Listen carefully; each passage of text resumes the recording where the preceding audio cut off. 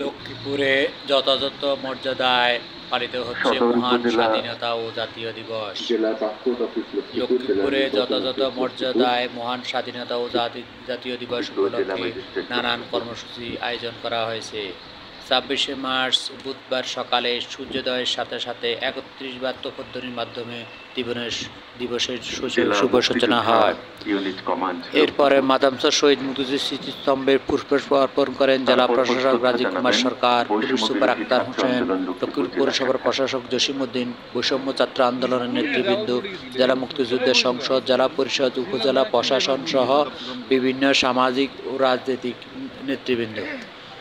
পরে বাগবাড়ি গণকবর শহীদদের রুহের আত্মার মাগফিরাত কামনা করে বিশেষ মোনাজাত, দোয়া ও পুষ্পার্ঘ্য অনুষ্ঠানের আয়োজন করা হয়।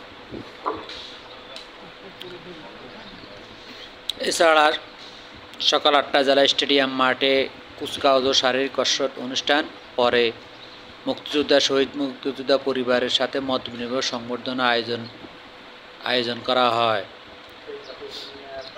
বাদ জোহর জাতির শান্তি এবং সমৃদ্ধি কামনায় ধর্মীয়